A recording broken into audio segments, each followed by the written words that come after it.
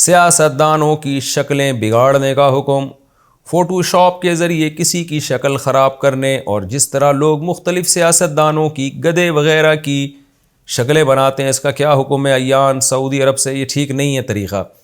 انسانیت کی اس طرح کی توہین جو ہے یہ غلط ہے، اور خاص طور پر حکمران جو ہوتے ہیں نا، چاہے وہ کرپٹ ہی ہوں، یہ خوب سمجھ لیں مسئلہ۔ اگر آپ کا کوئی حاکم ہے، چاہے وہ 2 نمبر ہی ہو، لیکن جب حاکم بن گیا تو شریعت نے اس کی عزت کا، اس کی رسپیکٹ کا حکم دیا ہے۔ پھر اس کے تمسخر کرنا، ممبروں پہ اس کا مذاق اڑانا، یہ ٹھیک نہیں ہے۔ تو جب کوئی وزیر اعظم بن جائے، صدر بن جائے، ملک کا بادشاہ بن جائے، تو میں یہ نہیں کہہ رہا کہ ہر چیز میں اس کو فالو کریں، غلط باتوں میں بھی اس کے سامنے بس آپ دم ہی ہلاتے رہیں۔ اس کی پالیسیوں سے اعتراض کیا جا سکتا ہے اگر کوئی غلط بات کر رہے ہیں، لیکن عزت و احترام کے دائرے میں رہ کے۔ یہ آج کل ایک بہت بڑا مسئلہ ہے، لوگ اپنے حکمرانوں کا مذاق اڑانا، بھپتیاں کسنا، لطیفے بنانا، اس پہ اس کو سمجھتے ہیں کہ ہم حق پرست ہیں۔ حق پرست اگر آپ ہوتے تو اسلام کو فالو کرتے۔ السلطان ذل اللہ فی الارض حدیث میں آتا ہے، ایک روایت ہے یہ، اور آپ صلی اللہ علیہ وسلم سے جتنی بھی ہمیں روایتیں ملتی ہیں، امیر کی کے احترام کا حکم ہے، اور جو بھی آپ کا بادشاہ ہے، امیر ہے، اس کو عزت دینے کا حکم ہے، اس کی اصلاح کی جائے گی احترام کو ملحوظ رکھتے ہوئے۔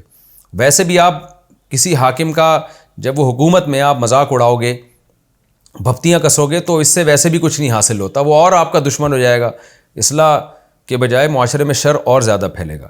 لیکن افسوس کی بات یہ ہے کہ ہمارے کنٹری میں اگر کوئی کسی حاکم کی عزت کر رہا ہوتا ہے تو اس عالم کو لوگ سمجھتے ہیں کہ یہ سرکاری ملا ہے، اور جو ہے نا 2 نمبر آدمی ہے، تو اور جو مذاق اڑا رہا ہوتا ہے اس کو سمجھتے ہیں یہ 1 نمبر آدمی ہے۔ حالانکہ یہ 1 نمبر 2 نمبر ہونے کی علامت نہیں ہے۔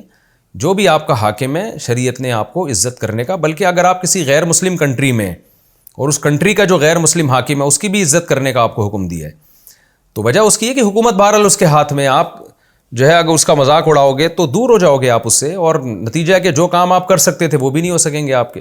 تو پالیسیوں سے اعتراض، پالیسیوں سے اختلاف کرنا ایک الگ بات ہے، بے عزتی کرنا، ذلیل کرنا حکمران کو، یہ ایک الگ بات ہے۔ پالیسیوں سے اختلاف کیا جائے گا، ہر بات میں یہ نہیں کہا جائے گا کہ ہمارے جو صدر یا وزیر اعظم جو بھی کر رہے ہیں سارے کام ہی صحیح کر رہے ہیں، نہ بہت سے صحیح کر رہے ہیں، بہت سے غلط کر رہے ہیں، تو اس کو اعتدال سے بیان کر دیا جائے۔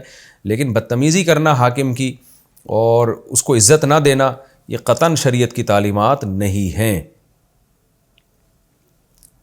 شرم کی وجہ سے قاری صاحب سے ایام کو چھپانا، اگر کوئی خاتون کسی قاری صاحب سے قراءت کے ساتھ قرآن کریم پڑھ رہی ہیں تو وہ حالت حیض میں کیا کرے؟ کیونکہ شرم کی وجہ سے کہہ بھی نہیں سکتی، اور سبق کا بھی بہت نقصان ہوتا ہے۔ ایمن صاحبہ امریکہ سے، دیکھیں کوشش کریں، قاریہ آج کل خواتین میں بھی بہت بڑی بڑی قاریہ پیدا ہو گئی ہیں، عورت سے پڑھے نا، جوان عورت کسی مرد قاری سے کیوں پڑھ رہی ہے؟